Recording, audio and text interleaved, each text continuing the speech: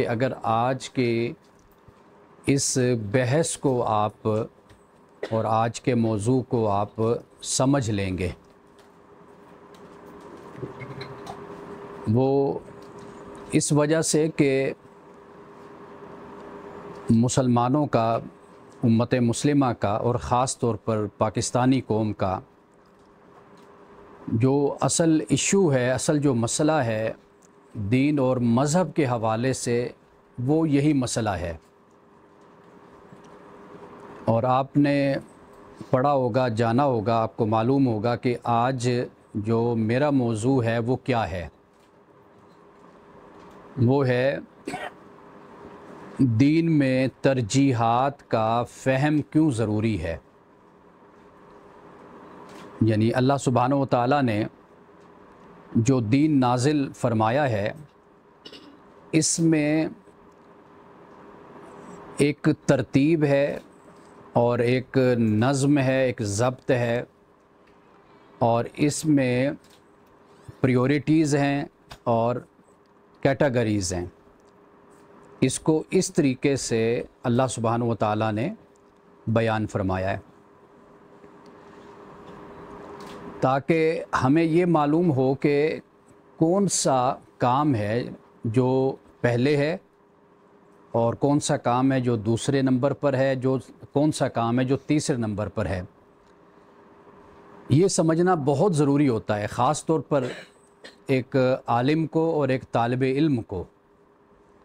اگر ایک دین سے، مذہب سے تعلق رکھنے والا خاص طور پر، یعنی مسلمان تو ہے عمومی طور پر، لیکن خاص طور پر اگر ایسے عالم کو یا طالب علم کو اگر اس کا شعور حاصل نہیں ہے نا کہ دین کی ترجیحات جو ہیں وہ کیا ہیں، تو وہ پھر اصلاح کا کام وہ کبھی نہیں کرے گا، وہ فساد ہی پھیلائے گا معاشرے میں۔ اس لیے کہ وہ ترتیب کو اور درجات سے واقفیت نہیں رکھتا۔ یہ بڑی اہم بات ہے، اور یہ آج کے دور میں نہیں کہ علماء نے آج کام کیا ہو اس پر، ہمارے اسکالرز نے بہت عرصے سے، یعنی صدیوں سے اس پر انہوں نے کام کیا ہے اور بتایا ہے۔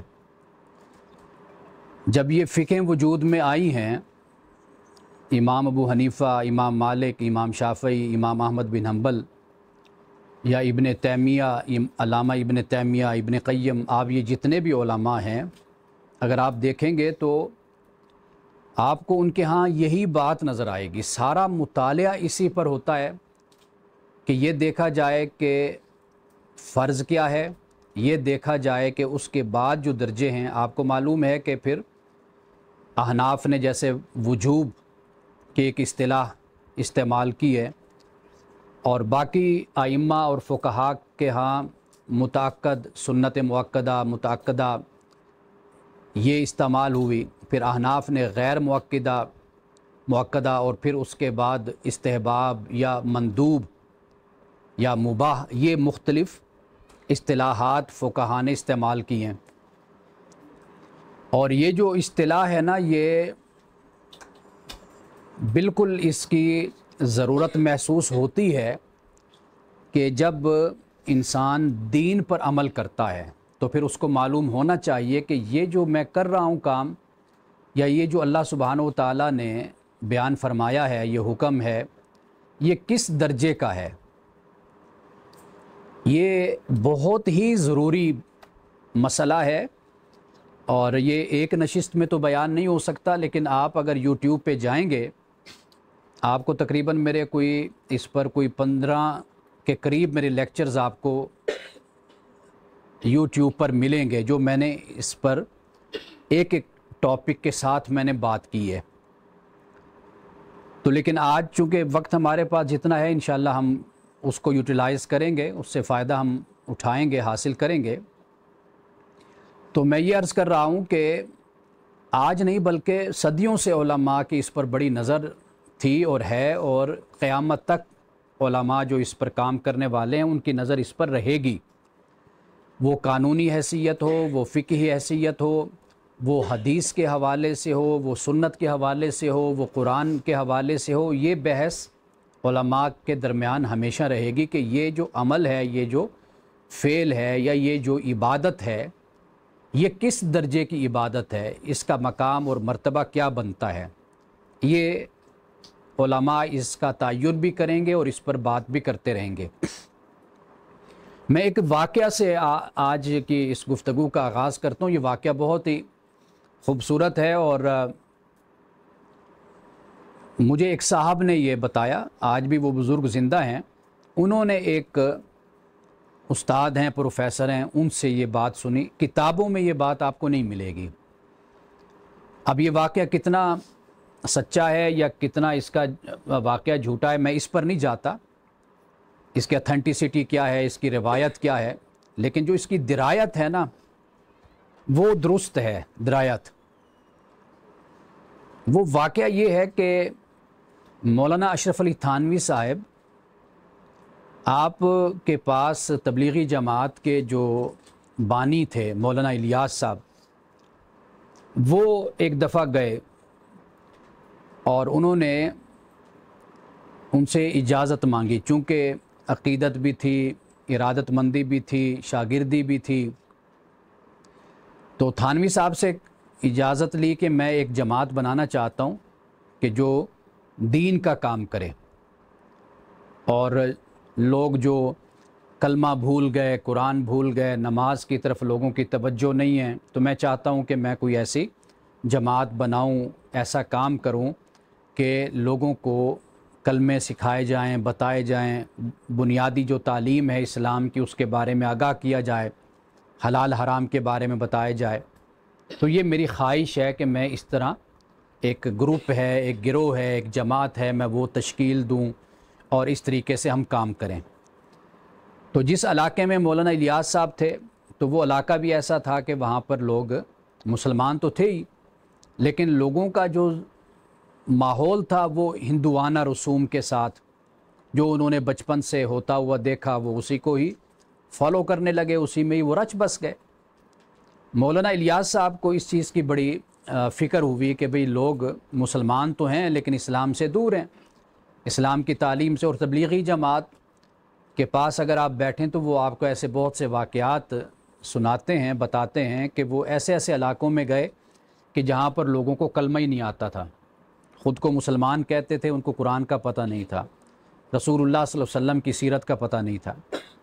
تو مولانا الیاس صاحب نے تھانوی صاحب سے کہا کہ مجھے آپ کی اجازت چاہیے، آپ مجھے اجازت دیں تو میں پھر یہ کام شروع کروں۔ تو راوی بیان کرتا ہے کہ تھانوی صاحب نے پہلے اجازت نہیں دی اور سختی سے منع کیا کہ یہ آپ نے کام نہیں کرنا، کہ جماعت بنا کر، گروپ بنا کر آپ لوگوں کو تبلیغ کریں۔ جب تھوڑا سا ان کا اصرار بڑھا اور مولانا نے جب کہا کہ بھئی یہ ایک اچھا مقصد ہے، نیک مقصد ہے، تو آپ مجھے اس کی اجازت دیں تو میں پھر کام کو بڑھاؤں گا، کروں گا، دین کی خدمت کروں گا۔ تو مولانا اشرف علی تھانوی صاحب نے 3 شرائط کے ساتھ اجازت دی تھی، 3 کنڈیشنز لگائیں کہ یہ 3 شرطیں اگر آپ ان کو پورا کر سکیں تو پھر بے شک آپ کو اجازت ہے، تو آپ تبلیغ بنائیں، کام کریں آپ۔ اب وہ 3 شرطیں ایسی ہیں کہ یہ در حقیقت کیٹیگرائز کیا مولانا اشرف علی تھانوی صاحب۔ میں ایک حوالہ آپ کو دے رہا ہوں، اور ایسے بہت سے حوالے آپ کو بر صغیر کے علماء کی طرف سے آپ کو مل جائیں گے۔ اگر آپ ان کو پڑھیں گے تو آپ کو معلوم ہوگا کہ بھئی کس طرح علماء اس بات کو، حقیقی جو عالم ہے، اسکالر ہے دین کا، اور دین کو تہ سے اور اس کو جڑ سے سمجھتا ہے، وہ سب سے پہلے اس کی نظر اسی بات پر ہوتی ہے، اسی بات پر ہوتی ہے۔ میں آگے جا کر مزید کچھ باتیں بیان کروں گا۔ تو مولانا اشرف علی تھانوی صاحب نے 3 شرطیں لگائیں۔ پہلی شرط انہوں نے یہ لگائی کہ جو اللہ کے دین نے جو ترتیب بنائی ہے نا، آپ نے اس ترتیب کو الٹ پلٹ نہیں کرنا۔ جو فرض ہے وہ فرض ہے، جو واجب ہے وہ واجب ہے، جو سنت ہے وہ سنت ہے، جو مستحب ہے وہ مستحب ہے۔ اس ترتیب کو آپ نے الٹ نہیں کرنا۔ اور اگر آپ جماعتوں پر نظر ڈالیں گے، یہ ترتیب کوئی جماعت باقی رکھ ہی نہیں سکتی، مشکل ہو جاتا ہے نا۔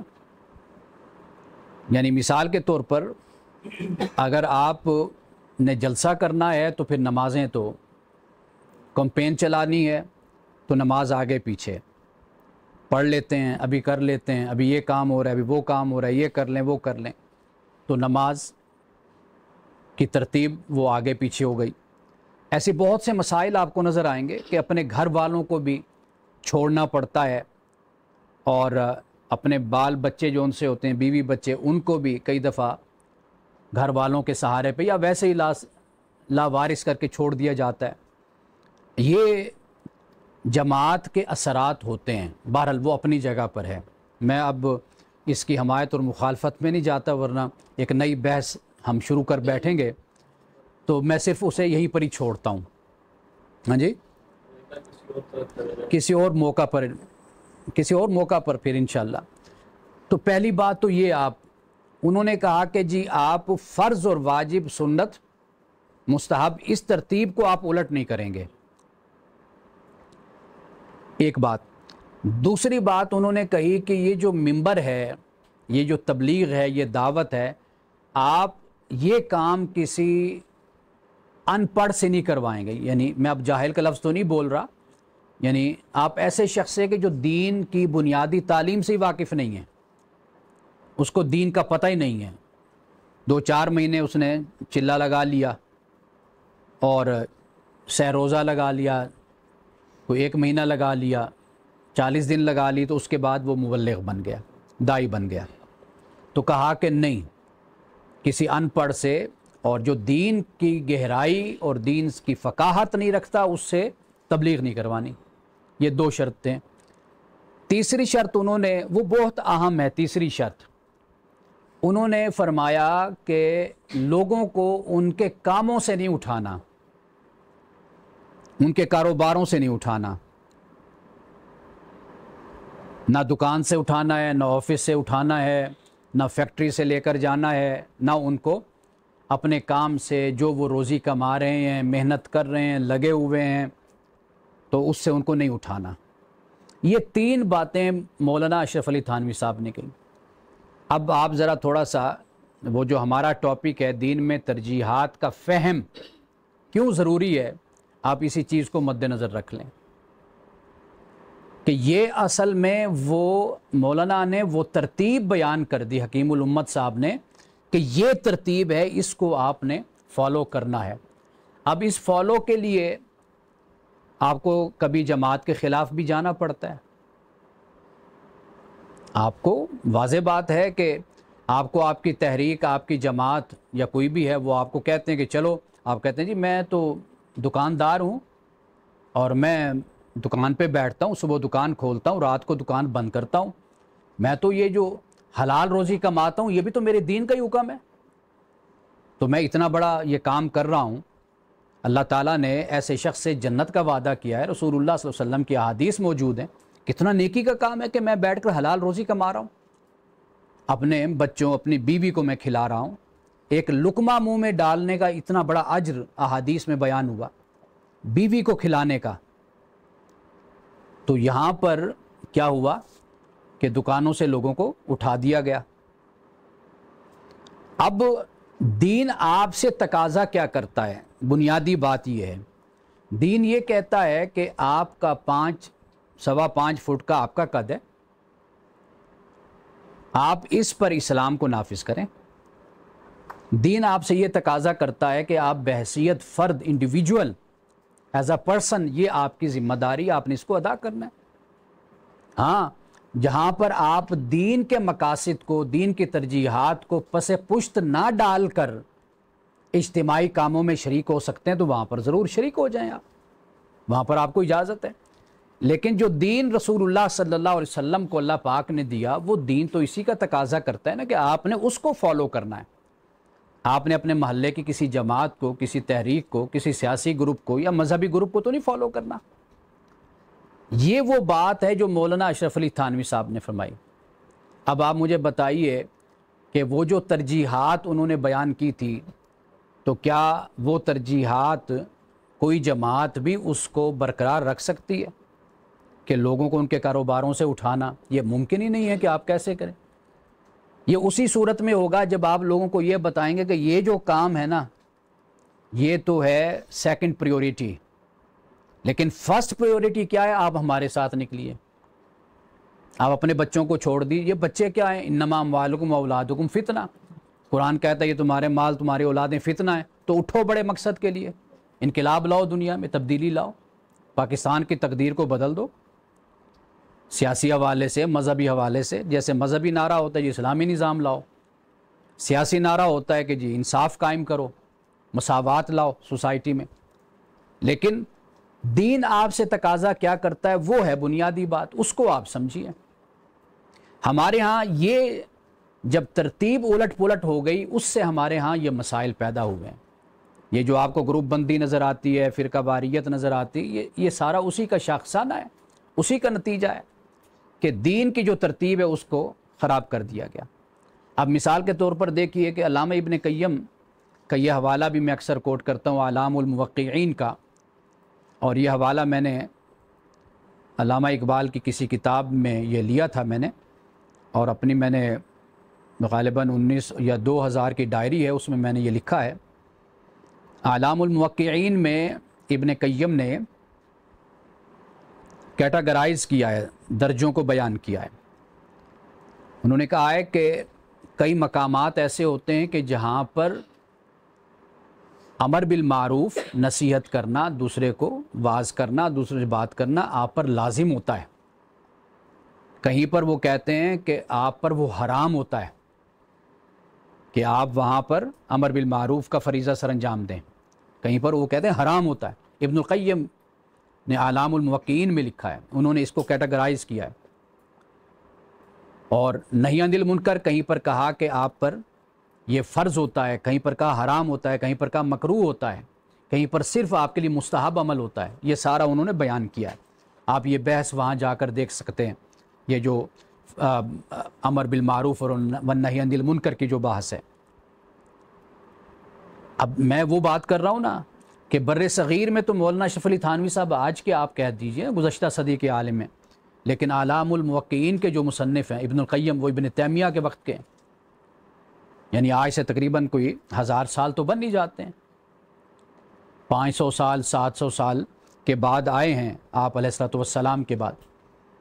تو وہ جو عرصہ بنتا ہے آپ دیکھیے، اس وقت بھی اس بات کو بیان کیا ابن القیم نے۔ یہ جو ہے امر بالمعروف والنہی عن المنکر، وہ کہتے ہیں کہ جو جملہ، جو سب سے اہم جملہ ہے ان کا، جو میں آپ لوگوں کو سنانا چاہتا ہوں، وہ جملہ یہ ہے کہ وہ کہتے ہیں کہ اتنی خرابی خود برائی کرنے سے، برے آدمی کی برائی سے نہیں پھیلی، جتنی برائی امر بالمعروف کے غلط استعمال سے پھیلی ہے۔ اب یہ سمجھنے والی بات ہے، یہ ہمارے اسلاف ہی ہیں نا، ہمارے بزرگ ہیں، اور آج سے 1000 سال 1200 سال پہلے یہ لکھ کر گئے یہ باتیں۔ اور اگر آج آپ ان باتوں کو لے لیں تو آپ کو ایسے لگے گا کہ جیسے آج یہ ہمارے بارے میں انہوں نے کہی ہیں یہ باتیں، کہ وہ کہتے ہیں کہ برائی اتنی برے آدمی کی وجہ سے نہیں پھیلی کہ جتنی برائی امر بالمعروف کے غلط فہم سے پھیلی ہے، اس کے غلط استعمال سے پھیلی ہے۔ اب مثال کے طور پر آپ دیکھیے، کوئی آپ کا دوست ہے اور وہ آپ کو نظر آتا ہے کہ وہ دین کا باغی ہے، مثال کے طور پر اب آپ اس کے سامنے جان بوجھ کر کبھی اللہ کی بحث لے کر آ جاتے ہیں، کبھی رسول اللہ صلی اللہ علیہ وسلم کا ذکر اس کے سامنے شروع کر دیتے ہیں، کبھی کہتے ہیں نماز پڑھو۔ اب آپ کو پتہ تو ہے کہ وہ بے وقوف ہے، پاگل ہے، وہ متنفر شخص ہے، دین سے دور ہے، باغی ہے وہ۔ آپ جان بوجھ کے اس کے سامنے پھر اسی بات کا ذکر کرتے ہیں۔ اس کا نقصان کیا ہوتا ہے؟ نعوذ باللہ، وہ پھر اپنی زبان سے غلط باتیں نکالتا ہے۔ یہ ایسے ہی ہے کہ جیسے آپ کا دوست ہے نماز نہیں پڑھتا، آپ کو پتہ ہے اس کو میں نماز کا کہا، یہ تو کہے گا میں نے نہیں پڑھنی، جاؤ بھائی۔ تو شریعت کیا کہتی؟ شریعت یہ کہتی ہے کہ آپ اس کو نہ کہیں نماز کا، آپ اسے اتنا کہہ دیں کہ بھئی میں نماز پڑھ کے ابھی آتا ہوں، وہ آپ کا عمل دیکھے گا۔ اب ہمارے اپنے ایک رشتہ دار ہیں، اور ایک بڑا خاندان ہے پاکستان کا، مفتی تقی عثمانی صاحب کا، شیخ الاسلام جن کو کہا جاتا ہے، دیوبند مسلک کے، ان کے بھتیجے ہیں، وہ ہمارے بڑے اچھے دوست ہیں، میرے جو بہنوئی ہیں وہ بتاتے ہیں، وہ کہتے ہیں کہ میرے ساتھ وہ نماز کے لیے، میں نماز نہیں پڑھتا تھا، وہ پڑھتے تھے، میرے بہنوئی نہیں پڑھتے تھے نماز۔ وہ کہتے ہیں کہ بھئی وہ مجھے بس اتنا کہتے تھے کہ سجاد یہ ذرا یہاں کھڑے ہونا، تم انتظار کر لو، میں بس نماز پڑھ کے آیا۔ جیسے یونیورسٹی سے اکٹھے لاء کالج میں وہ پڑھتے رہے، تو وہ یہ بہنوئی نے، بھائی نے مجھے یہ بات بتائی، اللہ تعالیٰ ان کو غریق رحمت فرمائے، وفات پا گئے 1 سال پہلے۔ تو وہ کہتے ہیں کہ بھئی مجھے انہوں نے کہا کہ بھئی آپ کھڑے ہوں، مجھے ایسے ہی کہتے تھے، اکٹھے ہم جا رہے ہیں موٹر سائیکل پہ، نماز کا ٹائم ہو گیا، سجاد یہاں کھڑے ہوں، میں بھی آتا ہوں۔ مسجد میں گئے، نماز پڑھی، واپس ہے، چل پڑے۔ تو کہتے ہیں کہ آہستہ آہستہ مجھ میں یہ ایک شرم کہہ لیجئے، احساس کہہ لیجئے، یا نماز کا شوق اس بندے کے اس کریکٹر کی وجہ سے پیدا ہوا کہ یہ کتنا اچھا انسان ہے، یعنی مجھے اس طریقے سے نہ امپوز کرتا ہے، نہ مجھے کوئی تانا مارتا ہے، نہ کوئی مجھ پر تنقید کرتا ہے، نہ میرا مذاق اڑاتا ہے، نہ مجھے گستاخ قرار دیتا ہے، نہ ملحد کہتا ہے، نہ کافر کہتا ہے، کچھ بھی نہیں کہتا، نہ منافق کہتا ہے، نہ فاسق و فاجر کہتا ہے، کچھ بھی نہیں کہتا۔ بڑے ادب کے ساتھ، احترام کے ساتھ جاتے ہیں، نماز پڑھ کے آ جاتے ہیں۔ وہی بھائی پھر یہ بتاتے ہیں کہ آہستہ آہستہ پھر مجھے بھی نماز کا شوق پیدا ہو گیا، پھر مرتے دم تک انہوں نے نماز کو نہیں چھوڑا، اتنی ان کو پھر نماز کا ایک ذوق، ایک لذت ان کو حاصل ہوئی۔ یہ وہ چیز ہوتی ہے کہ جو دین کی ترجیحات کو، پریورٹیز کو جب ہم لوگ سمجھیں گے نا کہ دین کس طرح کیٹیگرائز کرتا ہے، ہمیں کس طرح حکمت کی تعلیم دیتا ہے، کس طرح ہمیں بتاتا ہے، تو پھر ہمیں سمجھ آئے گی کہ کہاں پر کون سا کام کرنا ہے اور کون سی بات کرنی ہے۔ یہ ترجیحات ہیں بنیادی طور پر، اس کو فقہ کے ساتھ اور فہم کے ساتھ اس کو حاصل کرنا چاہیے اور سمجھنا چاہیے اس کو۔ فقہ کا لفظ میں نے اس لیے بولا کہ فقہ اصل میں بولتے ہی علم دقیق کو ہیں، فہم دقیق کو فقہ بولتے ہیں۔ من یرید اللہ بہ خیرا یفقہہ فی الدین، کہ اللہ تعالیٰ کسی سے بھلائی کا اگر ارادہ کرتا ہے تو اس کو دین میں فقہ عطا کرتا ہے۔ یہ انڈرسٹینڈنگ ہے، بڑی پروفاؤنڈ قسم کی، بڑی گہری قسم کی انڈرسٹینڈنگ، یہ اللہ تعالیٰ کی بہت بڑی نعمت ہے، علماء کو اللہ نے دی، اسکالرز کو دی۔ تو یہ جو بنیادی نقطہ ہے اس کو آپ ذہن میں بٹھائیے اور پھر اس کا دائرہ وسیع کرتے چلے جائیے، ٹھیک ہے جی؟ یعنی دائرہ کیسے وسیع کرنا ہے، میں آپ کو چند مثالیں دیتا ہوں۔ ہمارے ہاں لوگ ڈاکٹر بن جاتے ہیں نا، ڈاکٹر بن کے پھر کیا کریں گے؟ 8-10 سال 12 سال تعلیم پہ لگائے، اس کے بعد کوئی ان کو مل گیا تبلیغی جماعت والا، کوئی مولانا مل گئے، وہ ساری 10-12 سال کی 15 سال کی تعلیم ایک طرف چھوڑ کے داڑھی رکھ کے ٹوپی پہن کے ان کے ساتھ نکل گئے، اور جو پریکٹس کرنی تھی، لوگوں کو شفا دینی تھی اللہ کی طرف سے، جو ہوتی ہے انسان وسیلہ بنتا ہے، لوگوں کی مسیحائی کرنی تھی، ان کا علاج کرنا تھا، معالجہ کرنا تھا، ان کی خدمت انسانیت کرنی تھی، وہ سب کو ایک طرف کر دیا۔ کیا ہو گیا جی؟ اب میں صوفی بن گیا ہوں، میں مبلغ بن گیا ہوں، دائی بن گیا ہوں، مولوی بن گیا ہوں، اب میں اس کام پہ لگ گیا ہوں، اب وہ سارا کام چھوڑ دیا اس نے۔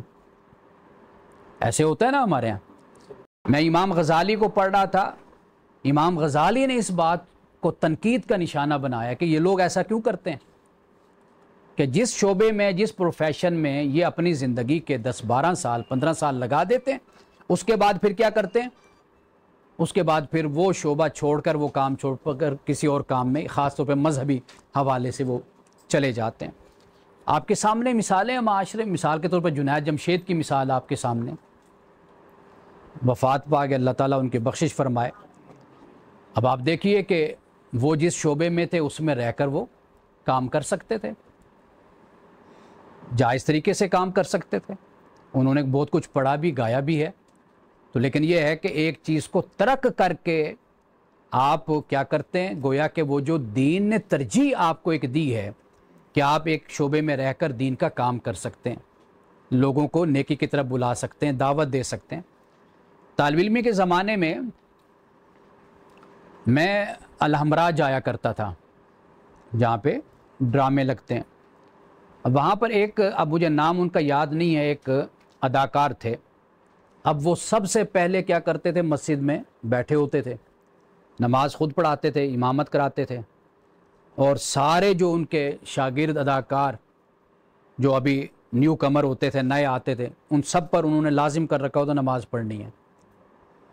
نماز بھی پڑھاتے تھے، ان کو قرآن بھی پڑھاتے تھے، خود قرآن پڑھاتے تھے سب کو، پھر اس کے بعد کہتے تھے کہ اب جاؤ۔ اس دور کا جو سٹیج شو ہے، اس دور کا سٹیج شو، اس میں ولگیرٹی نہیں تھی، برے جملے نہیں تھے، اور فحش نہیں تھا، اس میں بد کلامی نہیں تھی۔ بہنوں کے ساتھ، بیٹیوں کے ساتھ، ماؤں کے ساتھ، بیویوں کے ساتھ لوگ جا کر ڈرامہ بچوں کے ساتھ دیکھا کرتے تھے۔ لیکن جب دینداری کو آپ نے بالکل ایک طرف لگا دیا، اب آپ دیکھ لیجئے کیا صورتحال ہے۔ یہ وہ طریقہ ہوتا ہے دین جو آپ کو سکھاتا ہے۔ آپ کسی بت پرست معاشرے میں بھی موجود ہیں نا، اللہ کے رسول کے نزدیک آپ، ایک حدیث کے مطابق یہ کہ ایک وہ شخص ہے کہ جو لوگوں سے میل جول نہیں رکھتا لیکن صبر کرتا ہے، اس سے بہتر وہ شخص ہے کہ جو لوگوں سے میل جول رکھتا ہے اور پھر صبر کرتا ہے۔ فرمایا کہ اس کی زیادہ فضیلت ہے۔ یہ مسلم کی حدیث ہے۔ تو یعنی بات ہمیں کیا سمجھائی گئی؟ وہ بات ہمیں یہ سمجھائی گئی کہ ہم اپنے حالات اور ماحول کے مطابق اس کو کیٹاگرائز کرتے ہیں، دیکھتے ہیں۔ یہ جو ہمارے ہاں کل لیکچر تھا یہاں پر، ڈاکٹر فضل الرحمان صاحب کی کتاب ہے تھیمز آف دا قرآن، اسی پر تھا نا، دا تھیمز آف دا قرآن۔ اس میں جو ان کا آخری جملہ ہے، وہ ہمارے جو نوجوان بیٹھے تھے ان کو کافی اس نے پریشان کیا۔ وہ جملہ کیا تھا؟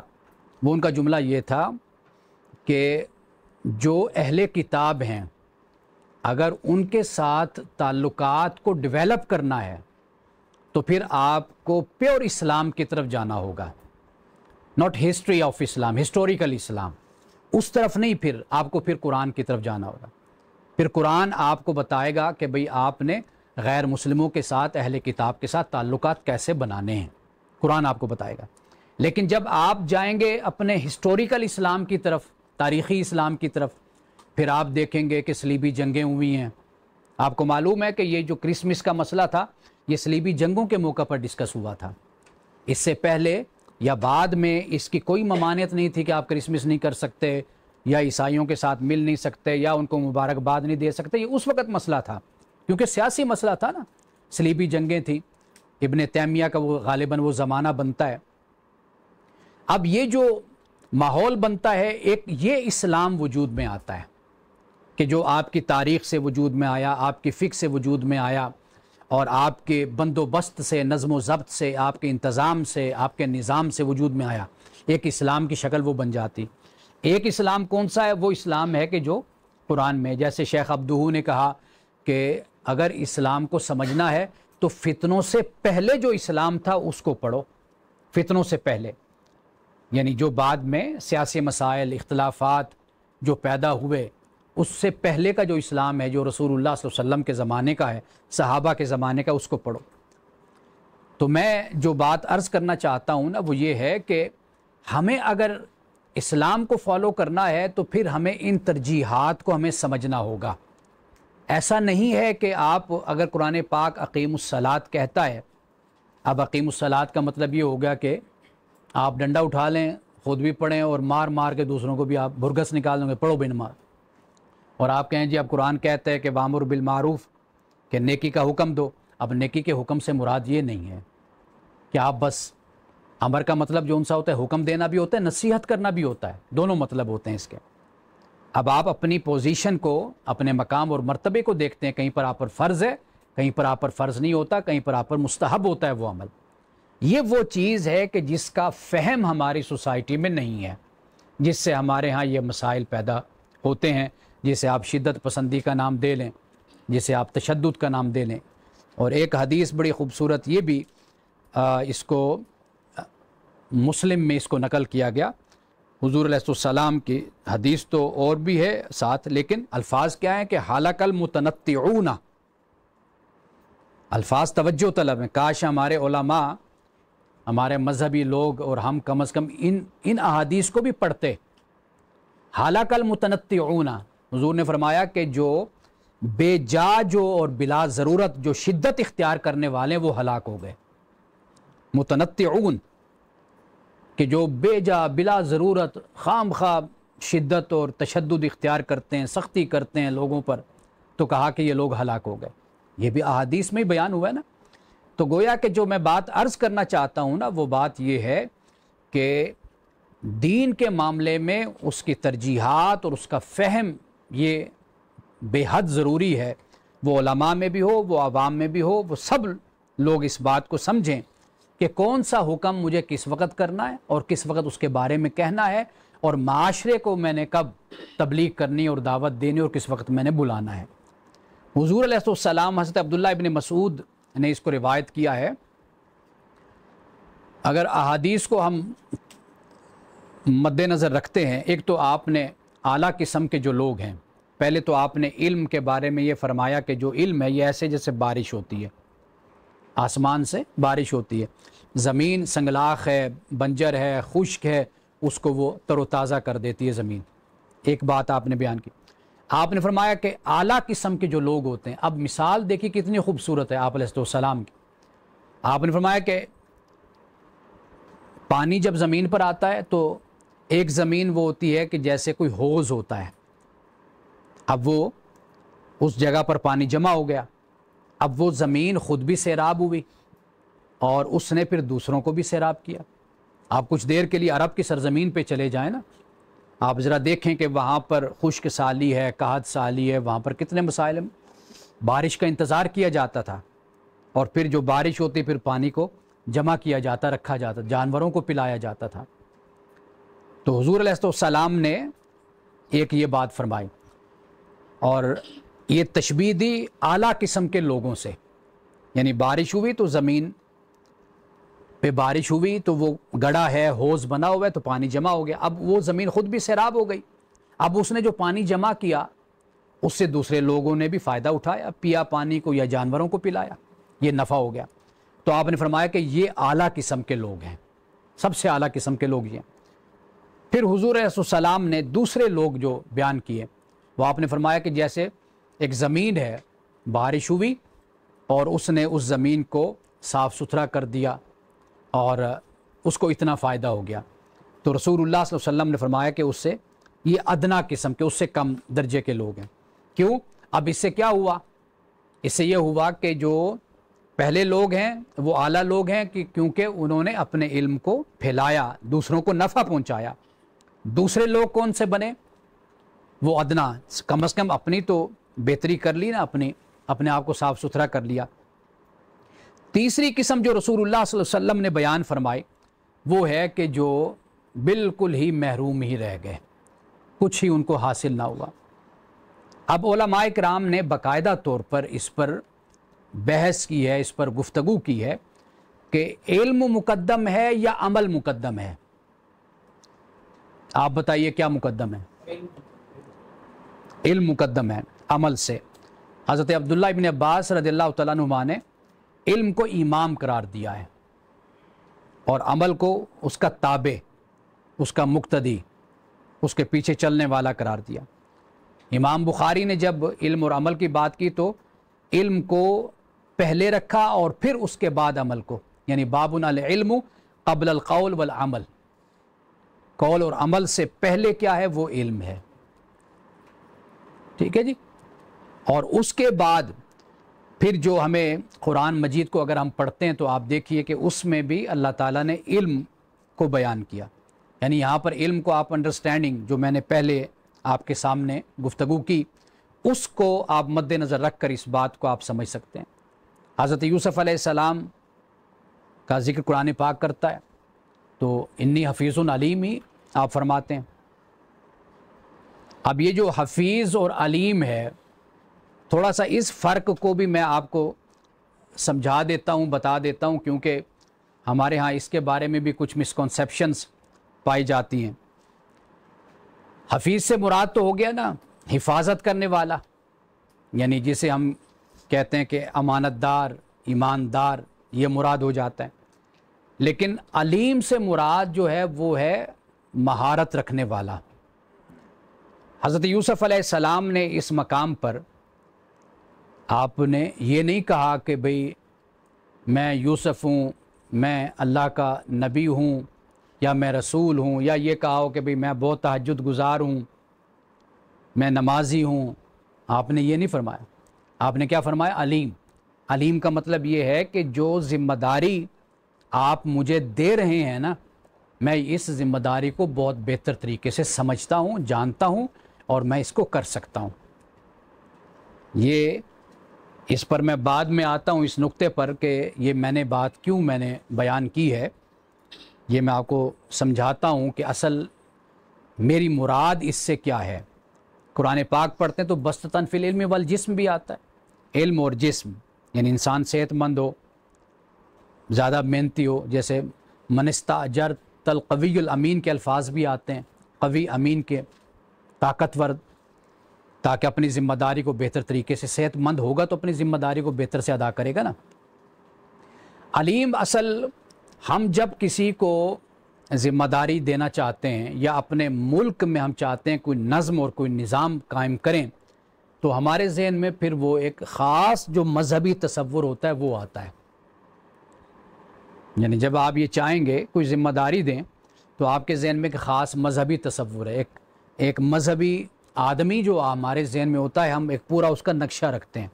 کل بھی جب ہم یہاں پر بیٹھے بات کر رہے تھے تو اسلامی نظام کی بات ہو رہی تھی، اور کوئی صاحب ہمارے نوجوان وہ یہ کہہ رہے تھے کہ بھئی کہ خاص خلیفہ، یا جیسے ایک ہمارے ہاں تصور ہوتا ہے مذہبی آدمی کا کہ ایسے جسہ کا اور ایسی شکل و صورت کا اور ایسا اس کا وضع قطع ہو، تو یہ جو شخص ہے یہ اصل میں اہل ہوتا ہے کہ اس کو اقتدار دیا جائے، اس کو قیادت دی جائے، اس کو وزیر اعظم بنایا جائے. لیکن قرآن پاک پریورٹی میں، ترجیح میں ان باتوں کو نہیں رکھتا.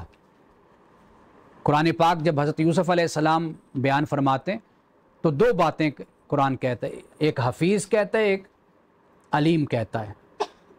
حفیظ سے مراد یعنی امانت دار، ایماندار، کرپٹ نہ ہو، بدماش نہ ہو، ایماندار شخص ہو، بے ایمان نہ ہو. ایک بات. علیم جب قرآن کہتا ہے نا تو اس سے مراد یہ ہے کہ حضرت یوسف علیہ السلام نے یہ کہا کہ یہ جو اقتدار کا نظام چلانا ہے، یہ جو خزانے کا معاملہ ہے، یہ دیگر معاملات ہیں، اس کو میں بہت اچھے طریقے سے سمجھتا ہوں اور میں اس کو ملک چلا سکتا ہوں. یہ مہارت کی بات ہے. اب یہاں پر آپ یہ ترجیح بھی دیکھیے، حضرت یوسف علیہ السلام قید خانے میں جاتے ہیں، وہاں پر دو قیدی ہیں جو آپ سے خواب پوچھتے ہیں. اب وہ آپ کے پاس بیٹھے، آپ نے ان کو جتنا وقت کھانے کے آنے کا تھا، معلوم ہے نا آپ کو، وَدَخَلَ مَعَ السِّجْنَ فَتَيَانِ قَالَ أَحَدُهُمَا إِنِّي أَرَانِي أَعْصِرُ خَمْرًا وَقَالَ الْآخَرُ إِنِّي أَحْمِلُ فَوْقَ رَأْسِي خُبْزًا تَأْكُلُ الطَّيْرُ. آگے جا کر پڑھتے جائیے. تو حضرت یوسف علیہ السلام نے کیا کہا کہ بھئی میں اتنی دیر ہی آپ سے ہم کلام ہوں گا، بات کروں گا، کہ جتنی دیر میں آپ کا کھانا آ جائے گا، تو یہی وقت ہے جو میرے پاس ہے، میں آپ سے بات کروں گا. بالکل نفسیاتی طریقے سے بات کی ہے. یہ نہیں کیا کہ بھئی کھانا آ گیا، ٹھنڈا ہو رہا ہو تو تقریر ہو رہی ہو، دعوت دی جا رہی ہو. نہیں، ان کو ذہنی طور پر پہلے نفسیاتی طور پر متوجہ کر لیا، یہ کہہ کر کہ میں صرف اتنی دیر بات کروں گا جتنی دیر تمہارا کھانا یہاں پر آئے گا، بس، تاکہ یہ میری بات پوری توجہ سے سنیں. پھر اس کے بعد آپ نے اپنی بات کو بیان کیا. یہ ترجیحاً آپ دیکھیے اس بات کو. اور پھر ان پر حملے نہیں کیے، اپنے کریکٹر کو بیان کیا کہ میں نے ایسی قوم کے مذہب کو چھوڑ دیا ہے جو شرک کرنے والی ہے. وَاتَّبَعْتُ مِلَّةَ آبَاءِ إِبْرَاهِيمَ وَإِسْحَاقَ وَيَعْقُوبَ. کہا کہ میں ابراہیم اور اسحاق اور یعقوب جو میرے آبا ہیں، میں نے ان کے دین کو اختیار کیا ہے. پھر اس کے بعد بتایا ہے کہ بھئی یہ جو اسماء آپ نے، صرف اسماء ہیں جو آپ نے بتوں کو دیے ہوئے ہیں، الہ بنائے ہوئے ہیں، ان کا کوئی حقیقی وجود نہیں ہے. یہ بات دیکھیں، یہ بھی ایک ترجیح کا پہلو آ جاتا ہے. بادشاہ سے جا کر ملتے ہیں، اگر آپ توجہ رکھ سکتے ہیں تو بہت اچھی بات ہے، نہیں تو دروازہ کھلا ہے. دوسری بات، حضرت یوسف علیہ السلام نے جب بادشاہ کا سامنا کیا، آپ مجھے بتائیے کہ وہاں پر بھی تو تبلیغ ہو سکتی تھی. حضرت یوسف علیہ السلام نے ایک جملہ بھی تبلیغ کا نہیں فرمایا بادشاہ کو. آپ نے اس کو یہ نہیں کہا کہ بھئی ایک خدا کو مانو، شرک نہ کرو، کچھ بھی نہیں کہا. وہاں پر آپ نے اپنے آپ کو پیش کیا کہ بھئی میں ملک کا نظام سنبھال سکتا ہوں۔ اب یہ وہ مقامات ہیں کہ ان کو اگر آپ مد نظر رکھیں نا، دیکھیں کہ کس طریقے سے کس حکمت کے تحت پیغمبر اللہ کے دین کو پیش کرتے تھے۔ میں اس پر باقاعدہ کام کر رہا ہوں، اور وہ احادیث جمع میں کر رہا ہوں کہ جس میں رسول اللہ صلی اللہ علیہ وسلم نے اس بات کو پیش نظر رکھا، اور لوگوں کو یہ آپ نے فرمایا کہ میں تمہیں ہر وقت تبلیغ نہیں کرتا رہتا، ہر وقت میں صرف اس وقت تم سے بات کرتا ہوں کہ جب تم دل و جان سے میری طرف متوجہ ہوتے ہو۔ یہ پیغمبر فرما رہے ہیں، یعنی مطلب یہ ہے کہ جب تم راغب ہوتے ہو، جب تمہاری توجہ ہوتی ہے، پھر میں تم سے بات کرتا ہوں، پھر میں تمہیں دین کی بات بتاتا ہوں، تمہیں تبلیغ کرتا ہوں۔ میں صحابہ کرام رضوان اللہ تعالی علیہ مجمعین کو آپ دیکھیے کہ جب آپ سے یہ کہا جاتا تھا صحابہ سے کہ بھی آپ روزانہ تبلیغ کریں، تو کسی صحابی نے کہا جی ہفتے میں 1 دن، کسی نے کہا 2 دن، اس سے زیادہ کسی نے تبلیغ نہیں کی۔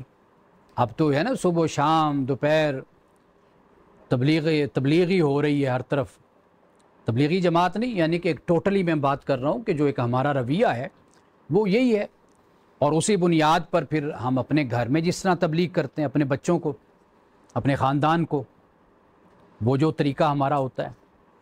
اور یہ وہ چیز ہے کہ جو دین کو گہرائی کے ساتھ جب تک سمجھا نہیں جائے گا نا، ہمارے معاشرے میں یہ جو فساد ہے، بے چینی ہے، یہ جو انتشار ہے، یہ ہمارے معاشرے میں قائم رہے گا۔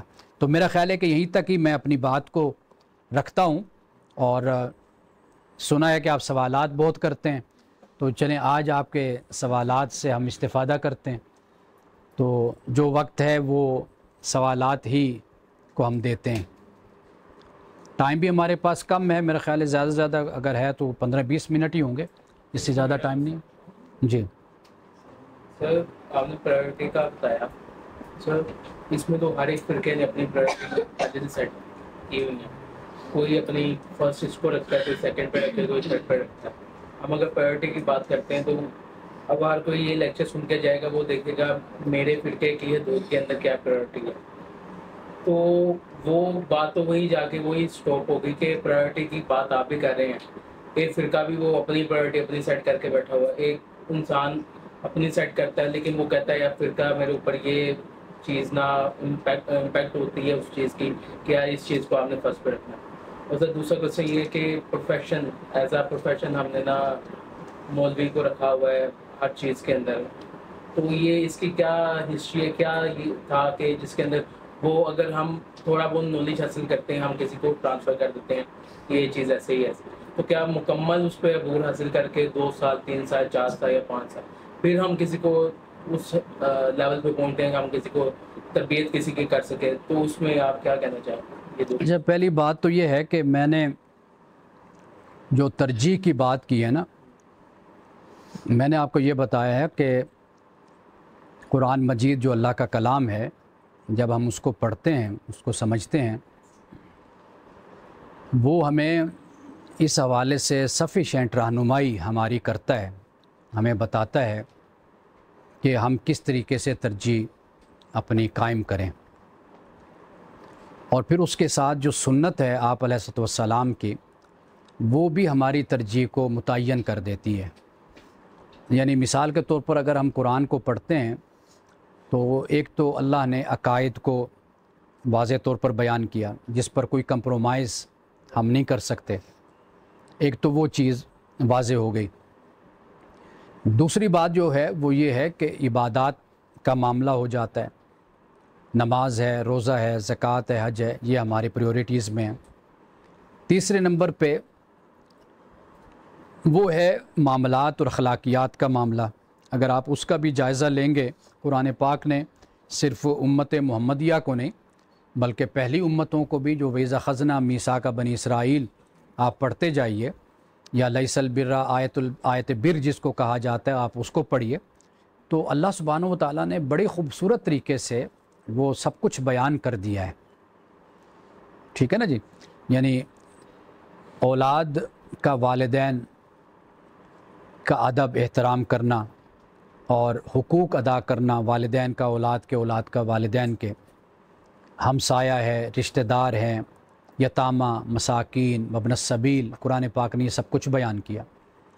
تو اگر آپ قرآن کو براہ راست اگر آپ پڑھتے ہیں، ترجمے کے ساتھ پڑھ لیجئے، تو قرآن پاک کا ایک لیول تو وہ ہے کہ وَلَقَدْ يَسَّرْنَا الْقُرْآنَ لِلذِّكْرِ فَهَلْ مِن مُدَّكِرٍ، کہ قرآن کوئی ہے جو نصیحت حاصل کرے، وہ سب کے لیے ہو جاتا ہے۔ ایک تو یہ بات ہو گئی، ٹھیک ہے جی۔ قرآن کا ایک لیول اکیڈیمک لیول ہوتا ہے، وہ پھر اس کے لیے آپ اپنا وقت لگاتے ہیں، سیکھتے ہیں، پڑھتے ہیں ایک طالب علم کی حیثیت سے۔ جیسے آج کل بڑی بحثیں ہمارے ہاں چل رہی ہیں، آپ ہسٹری آف قرآن کو دیکھ لیجئے۔ ابھی آپ سے پہلے جو ڈاکٹر صاحب نے لیکچر دیا مجھ سے پہلے، آپ کو معلوم ہے رسم الخط پر تھا ان کا۔ اب یہ پھر اکیڈیمک ایک لیول ہوتا ہے قرآن کا، آپ اس کو پھر علیحدہ پڑھتے ہیں، سیکھتے ہیں، سمجھتے ہیں، اس کے لیے پھر آپ اپنا وقت لگاتے ہیں، ایک طالب علم بن کر آپ اس میں چلتے ہیں۔ لیکن جب آپ قرآن مجید پڑھتے ہیں ایز اے مسلم یا ایز اے ہیومن بینگ، کہ آپ چاہتے ہیں کہ بھئی آپ کا تزکیہ ہو، آپ کا اخلاق بہتر ہو، آپ کے معاملات سنوریں، آپ کا خدا کے ساتھ تعلق قائم ہو، آپ ابدیت آپ کو حاصل ہو، یہ احساس آپ کو ملے، تو اس کے لیے تو قرآن پاک سفیشینٹ ہو جاتا ہے۔ باقی جو آپ فقہا کی یا فقہوں کی آپ بات کر رہے ہیں، دیکھیے وہ تو فقہا کے اجتہادات ہیں، استنباط ہیں، انہوں نے قرآن سے حدیث سے جو سمجھا انہوں نے وہ آپ کے سامنے نکال کر رکھ دیا کہ جی ہمارا یہ فہم ہے۔ میں چونکہ مطالعہ کی عادت ہے، الحمدللہ پڑھتا ہوں، شوق رکھتا ہوں کتابوں کا، تو میں امام شافعی کے بارے میں آج ہی پڑھ رہا تھا کہ امام شافعی کے دو مذہب بیان کیے جاتے ہیں، ایک مذہب قدیم، ایک مذہب جدید۔ مذہب قدیم مصر نہیں گئے تھے، اس سے پہلے کے جو فتاویٰ ہیں، آپ کے اجتہادات ہیں، ان کو مذہب قدیم کہا جاتا ہے۔ جب آپ مصر چلے گئے، اس کے بعد جو پھر آپ نے فتاویٰ آپ کے ہیں، اجتہادات ہیں، وہ آپ کے وہ اس کو مذہب جدید کہتے ہیں۔ گویا کہ مذہب قدیم سے آپ نے رجوع کر لیا، یا تو زندگی میں کر لیا، یا یہ ہوا کہ بعد میں جو آپ کے شاگرد آئے انہوں نے اختلاف کیا، ایک دوسرا مسئلہ، رائے، فتویٰ آپ کہہ لیجیے، انہوں نے پیش کر دیا۔ تو خود امام صاحب رحمۃ اللہ علیہ، امام ابو حنیفہ سے دو فتاویٰ منقول ہیں کہ پہلے اس سے رجوع کر لیا، پھر اس سے کر لیا، پھر یہ اب تیسرا فتویٰ ہے آپ کا، یہ کتابوں میں موجود ہے سب کچھ۔ تو گویا کہ یہ سب انسان تھے نا، تو یہ اپنی رائے سے رجوع کر لیا کرتے تھے۔ ہاں، آپ قرآن اور حدیث کے سنت کے بعد جب آپ آگے بڑھتے ہیں تو آپ کو فقہا کا ایک جمع غفیر اور ان کے فتاویٰ آپ کو ملتے ہیں، اس پر آپ تحقیق کر لیجئے، دیکھ لیجئے، جو آپ سمجھتے ہیں جو قرآن کے اور سنت کے زیادہ قریب ہے، آپ اس کو اختیار کر لیں۔ یعنی ٹوٹلی آپ پہ ڈیپینڈ کرتا ہے، ڈیپینڈ ہی آپ پہ کرتا ہے، اس لیے کہ آپ انہیں جنت میں جانا ہے۔ یہ نہیں ہو سکتا کہ آپ مجھے جنت میں لے جائیں، میں نے خود جانا ہے جنت میں اگر میرے اچھے اعمال ہوئے تو اس لیے یہ خود آپ پہ ڈیپینڈ کرتا ہے۔ صحابہ کرام رضوان اللہ تعالی علیہم اجمعین نے دین کو ڈسکور کیا، آپ علیہ السلام کی خدمت میں حاضر ہوئے، موجود رہے، سوالات ہوئے، غور و فکر ہوا، قرآن پاک اس کو بیان کرتا ہے۔ تو اگر قرآن غور و فکر، تدبر، تفکر کی بات کرتا ہے تو کیا صحابہ نہیں کرتے تھے تدبر، تفکر؟ کرتے تھے مسائل پر، اور ایک ایک آیت پر بڑا بڑا وقت ان کا گزر جاتا تھا، ایک ایک سورت پر بڑا بڑا وقت گزر جاتا تھا۔ وہ جو رات کو کھڑے ہو کر قرآن پڑھتے تھے تو آپ کا کیا خیال ہے وہ ہماری طرح پڑھتے تھے قرآن؟ وہ رٹا لگایا ہوا ہے، نہ ترجمے کا پتہ، نہ عربی کا پتہ، بس پڑھی جا رہے ہیں۔ تو وہ تو ٹھہر ٹھہر کر روتے تھے ایک ایک آیت پر، اس کو بار بار پڑھتے تھے۔ کسی میں عذاب کا ذکر ہے تو کانپتے تھے، خوف سے اللہ کی بارگاہ میں معافیاں مانگتے تھے۔ کوئی رحمت کا ذکر ہوتا تھا، اس کو بار بار دہراتے تھے، خوش ہوتے تھے کہ اللہ تعالیٰ نے یہاں پر اپنی نعمت کا ذکر کیا۔ وہ تو یہ وہ چیز ہے کہ جو آپ قرآن پڑھیں، قرآن سے تعلق رکھیں، فرسٹ پریورٹی وہی ہے جو قرآن کہتا ہے، جو سنت آپ سے کہتی ہے۔ باقی وہ اجتہادات ہیں فقہا کے، علماء کے، جن میں آپ سمجھتے ہیں کوئی رائے آپ سمجھتے ہیں کہ یہ زیادہ رائے صحیح ہے، درست ہے، آپ اس کو اختیار کر لیتے تو آپ کریے اس کو اختیار۔ سر کسی کی تربیت یا پھر کسی کی تبلیغ وہ کس صورت میں، کس لیول پہ آپ کر سکتے ہیں؟ ابھی ہم تو 40% نالج ہوتا ہے، ہم اس کو امام جعفر صادق کے پاس غالباً امام جعفر، یہ قول جو ہوتے ہیں نا اکثر یہ کافی بزرگوں سے منقول ہوتے ہیں، تو ان کے پاس کسی نے آ کر کہا کہ جی تبلیغ پہ جا رہا ہوں، کوئی نصیحت فرمائیں۔ آپ نے فرمایا بولنا نہیں ہے، تو آپ بولنا کم کر دیں، عمل زیادہ کر دیں، خود ہی تبلیغ ہوتی رہے گی۔ مولوی صاحب تقریر کر کے آئیں اور گھر میں آ کر اپنے بچوں کو گالیاں دینے لگ جائیں، یا کوئی مسلمان مطلب باہر جائے وہاں پر تو بڑا اچھا بن کر نظر آئے، گھر آئے تو اس کا اخلاق اور کردار بالکل اس کے برعکس ہو، تو پھر اس تبلیغ کا تو کوئی فائدہ نہیں ہوتا نا، وہ تو پھر ایک کاروبار بن جاتا ہے۔ اصل چیز ہے آپ کا کریکٹر۔ صحابہ کرام رضوان اللہ تعالی علیہ مجمعین نے اپنا کردار پیش کیا، آپ علیہ السلام کا اسوہ حسنہ، یہ سب سے بڑی چیز۔ آج ہمارے ہاں بولا زیادہ جاتا ہے، اپنی زندگیوں میں اسلام دکھاؤ نا، اصل وہ تبلیغ ہوتی ہے۔ جی بھائی۔ سوال ہے جس طرح کہ ہم ایک ملٹی کلچرل اور ملٹی فیتھ سیٹ سوسائٹی میں رہتے ہیں، جب ملٹی کلچرل اور ملٹی فیتھ سوسائٹی ہوتا ہے تو اوبیسلی وہاں کے ڈفرینسز بھی، میں اگر پاکستان کی بات کروں تو یہ ڈفرینسز سم ٹائم بڑھتے بڑھتے اس حد تک چلے جاتے ہیں کہ معاملہ ایکسٹریمزم اور وائلنس کی طرف چلا جاتا ہے۔ آپ سوات انسیڈنٹ کو دیکھ لیں، جڑا والا انسیڈنٹ کو دیکھ لیں، پتوکی کو دیکھ لیں، قصور کو دیکھ لیں، اور بھی شہر ہیں، ہاں اور بھی ہیں، مطلب ابھی ریسنٹلی میں نے آپ کو بتایا کہ جہاں پہ یہ انسیڈنٹ ہوئے اور کچھ میڈیا پہ رپورٹ نہیں ہوتے جس کو دبا دیا جاتا ہے۔ تو آپ کے خیال میں کہ کیا ایسی پیورٹی ہے جو سب کے لیے ایکسیپٹیبل ہو، کسی ایک کے لیے نہیں، جن کو ہم سیٹ کر کے آج کے اس ریسنٹ ایرا کے اندر ہم اس وائلنس اور ایکسٹریمزم سے بچ سکیں؟ دیکھیں یہ جو مسائل ایسے ہوتے ہیں نا جو آپ نے جس کی طرف اشارہ کیا، اس کے لیے بہت سے عوامل ہوتے ہیں کہ دنیا اپنے جو معاشرے ہیں، حکومتیں، ریاستیں، علماء، وہ قوم کی نبض پر ان کا ہاتھ ہوتا ہے، وہ سمجھتے ہیں کہ ہم اپنی قوم کو کس طرح لے کر چل سکتے ہیں، ہم کس طرح تربیت کر سکتے ہیں۔ مثال کے طور پر پاکستان میں بڑی چھوٹی سی بات میں کرتا ہوں کہ ہمارے ہاں نوجوانوں کے کھیلنے کی جگہ نہیں ہے، لاہور جیسے شہر میں بھی نہیں ہے۔ آپ تو معلوم نہیں بہاڑی سے کوئی آئے، کوئی دوسرے شہروں سے آئے ہیں، تو میں نے ایک صاحب ہیں، وہ مجھے انہوں نے بھاول نگر سے فون کیا، میں نے کہا یہاں پر کوئی جم وغیرہ ہے، کوئی ایکسرسائز کے لیے جاتے ہیں لوگ، ایکسرسائز نوجوان کا کوئی ہے؟ کہتے کوئی نہیں ہے۔ ہوگا کوئی؟ کہتے میں پتہ کروں گا، دیکھوں گا، ڈھونڈوں گا۔ جب آپ ایک مثبت اور تعمیری جو ایکٹیویٹی سرگرمیاں جس سوسائٹی میں نہیں ہوتی نا، وہاں پر وہ جو ایک زکوٹا جن تھا نا، وہ جو کہا کرتا تھا کہ مجھے کام بتاؤ، میں کیا کروں، میں کس کو کھاؤں، انسان کا معاملہ اصل میں یہ ہوتا ہے۔ اگر آپ اس کو تعمیری سرگرمیاں نہیں دیں گے، وہ تخریبی سرگرمیوں میں لگ جائے گا۔ آپ اس کو مذہب جیسی ایک مقدس چیز بھی پکڑا دیں گے، وہ اس کو بھی غلط استعمال کرے گا۔ اصل چیز یہ ہوتی ہے کہ آپ کا بچہ ہے نا گھر میں، آپ اس کو اگر کھلونا نہیں لے کر دیں گے، وہ آپ کے گھر کی دیواروں کو کھرچ دے گا، نشان لگا دے گا، آپ کی چیزیں اٹھا کر توڑ دے گا۔ اس کو نہیں پتہ یہ موبائل ہے، یہ لیپ ٹاپ ہے، یہ کچھ ہے، اس کو نہیں، اس سے غرض اٹھا کے توڑ دے گا۔ آپ اس کو مصروف کرتے ہیں، اس کی تعمیری سرگرمیاں ہوتی ہیں، مثبت سرگرمیاں ہوتی ہیں۔ ہم نے اصل میں اپنی سوسائٹی میں جو ہمارا نوجوان ہے، وہ بہت آسان ایک شکار ہے مذہبی جنونیت کا، سیاسی جنونیت کا، آسان شکار۔ اس کی وجہ کیا ہے؟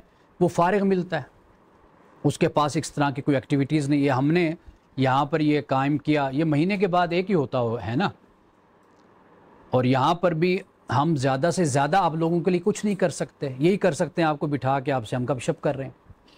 لیکن دنیا میں جن معاشروں کو آپ کہتے ہیں نا کہ وہ ترقی کر رہے ہیں، وہ آگے بڑھ رہے ہیں، ان کا بہت بڑا سرمایہ اپنے نوجوانوں پر، اپنے معاشرے کے لوگوں پر استعمال ہوتا ہے۔ ایک میں نے یہ بات کی، کھیل کا وقت آتا ہے، اتوار کو آپ چلے جائیے، نوجوان کرکٹ کھیل رہے ہوتے ہیں بیچارے سڑکوں پر، اور جو سوسائٹیاں ابھی بے آباد ہیں وہاں پر وہ کھیل رہے ہوتے ہیں۔ لیکن اگر ہم تھوڑا سا دوسری دنیا میں آپ چلے جائیے، پاکستان سے باہر چلے جائیں، کسی بھی ملک، اسلامی ملک میں چلے جائیں، وہاں پر انڈور گیمز کا انتظام ہوگا، وہاں پر نوجوانوں کو باقاعدہ طور پر ممبرشپ ہوگی، سکول، کالج، یونیورسٹی کے ساتھ ریاست کی طرف سے انتظام ہوگا۔ نوجوان بزی ہو جاتے ہیں، مصروف ہو جاتے ہیں، ایک یہ کام ہے۔ دوسرا یہ کہ جو بے روزگاری ہے، جاب لیسنس ہے، یہ بھی ایک بہت بڑا مسئلہ ہوتا ہے۔ جب معاشی مسئلہ نہیں حل ہوگا، اس سے بہت سے مسائل جنم لیں گے۔ ریاستیں, حکومتیں, معاشرے اس پر بھی فوکس کرتے ہیں کہ نوجوانوں کو کس طرح مصروف رکھا جائے. میں ڈنمارک میں رہا ہوں کافی عرصہ, مجھے اب تک یاد ہے, اب تو بڑا عرصہ ہو گیا مجھے آئے ہوئے بھی وہاں سے, مجھے اب تک یاد ہے کہ وہاں پر چوریاں کچھ زیادہ ہو گئیں. ان کا وجہ کیا ہے؟ ان کا نوجوان فارغ ہیں, کیونکہ 10ویں تک, میٹرک تک تو وہاں پر ایگزام نہیں ہوتا. ہمارا تو بچے ہی لگ جاتا ہے نا رٹے لگانے پہ, بیچارہ بیٹھا ہوتا ہے, کام کوئی نہیں وہاں پر, بچے پڑھ لیں. انہوں نے پھر بچوں کے لیے جاب پیدا کی, نوجوانوں کے لیے 2 گھنٹے کی جاب, 3 گھنٹے کی, کہ یہ جب سکول سے آئیں, کالج سے آئیں, ویکنڈ میں ہو, کچھ ہو, ان کو یہ انسینٹیو دیا کہ بھئی آپ کو اتنے پیسے ملیں گے, 2 گھنٹے کرو گے تو اتنے کروڑ آپ کو ملیں گے. تو وہ پھر کام کرنے لگ گئے, چوریاں کم ہو گئیں, بچے مصروف ہو گئے اپنے کاموں. معاشروں میں لوگ اس طرح کام کرتے ہیں. آپ کو یہ جو علماء کا ایک انسٹیٹیوٹ آپ کو ملتا ہے, یہ کسی دور میں اسی مقصد کے لیے ہوتا تھا. آپ کو مسجد ملتی وہ اسی لیے ہوتی تھی. یہ تو اب مسجدوں کو تالے لگ جاتے ہیں نا, کلیسا کی طرح, چرچ کی طرح. پہلے یہ مسجد کمیونٹی سینٹر, آج بھی کمیونٹی سینٹر ہے. آپ ترکی چلے جائیے, میں 1 سال پہلے گیا تھا, 1.5 سال پہلے, کمیونٹی سینٹر ہے وہاں, مسجد ہے, وہاں پر بچے بھی آ رہے ہیں. ان کا جوائے لینڈ بھی وہاں پر بنا ہوئے, وہاں پر بچے آتے ہیں, ماں باپ نماز پڑھ رہے ہیں, بچے کھیل رہے ہیں. بلکہ مسجد میں بچے دوڑ رہے ہوتے ہیں. کوئی بوڑھا وہاں پر, کوئی بزرگ وہاں پر جس کو تقوی کا ہیضہ ہو, وہ کوئی بھی ان کو پکڑ کے مارتا نہیں اور پکڑ کے مسجد سے باہر نہیں نکالتا. وہ ٹھیک ہے, امام کے ساتھ کھڑے ہیں بچے, پچھلی صف میں کھڑے ہیں, ادھر کھڑے ہیں, ٹھیک ہے. تو مطلب کہنے کا یہ ہے کہ یہ ان مسئلوں کا شارٹ کٹ کوئی نہیں ہوتا. آپ کو مختلف جگہوں پر فوکس کرنا ہوگا, پھر ہی آپ کا معاشرہ ایک بہترین معاشرہ بنے گا. آپ دنگا فساد کرنے والے مذہبی جماعتوں میں بھی لوگ جو نظر آئیں گے نا, نوجوان, اکثر آپ دیکھیں گے وہ لوفر ہوں گے, بیچارے فارغ ہوں گے, کوئی کام کاج نہیں ہوگا, تعلیم چھوڑ چکے ہوں گے, کھانا نہیں ملتا ہوگا. یہ جماعتیں کھانا بھی دے دیتی ہیں, پیسے بھی دے دیتی ہیں, سب کچھ کر دیتی ہیں, سپورٹ کر دیتی ہیں. یہی کام اگر مثال کے طور پر دیکھیے کہ بچہ ہے, اس کا کوئی ایشو ہے, مثلا جیسے بچے نوجوان ہوتے ہیں, بہت سے مسائل ہوتے ہیں ان کے, تو اگر اس ایشو کو بیٹھ کر باپ ڈسکس نہیں کرے گا, پھر گلی محلے کا کوئی لوفر ہی ڈسکس کرے گا نا بیٹھ کر اس کے ساتھ. پھر وہ مسئلہ جو اس کا جنسی مسئلہ ہے یا نفسیاتی مسئلہ ہے, اس کے وجود کا مسئلہ ہے, پھر کوئی بیٹھ کر کوئی گلی کوچے گا, کوئی لڑکا کہے گا, پھر اس کو باتیں کرے گا اس کے ساتھ. اگر باپ بیٹھ کر, ماں بیٹھ کر یا بڑا بھائی بیٹھ کر جب نہیں سمجھائے گا تو پھر باہر کے لوگ سمجھائیں گے. اصل مسئلہ یہی ہوا ہمارے نوجوان کے ساتھ کہ ان کے ساتھ یہ بہت بڑی زیادتی ہوئی کہ ان کو سیاسی جماعتیں ہوں, مذہبی جماعتیں ہوں, انہوں نے ان کو اپنا ایندھن بنایا سیاست کا, اپنا قد بڑا کیا, شہرت حاصل کی. وہی جماعتیں جن کے لیے یہ نوجوان قربانی دیتے ہیں, مر کھپ جاتے ہیں, آپ مجھے بتائیے ان کے بچے تو بڑی بڑی گاڑیوں میں پھر رہے ہوتے ہیں, ان کے بچے تو باہر پڑھ رہے ہوتے ہیں, وہ تو عیاشی کے ساتھ یہاں پر زندگی گزار رہے ہوتے ہیں.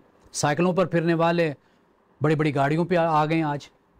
یہ بیچارہ تو قتل و غارت میں ہی مارا گیا. کتنے گھر ہیں جو بیچارے لاوارث بے سہارا ہو گئے, بچے بے سہارا ہو گئے, باپ مارا گیا, 20-25 سال عمر, نوجوان ہے.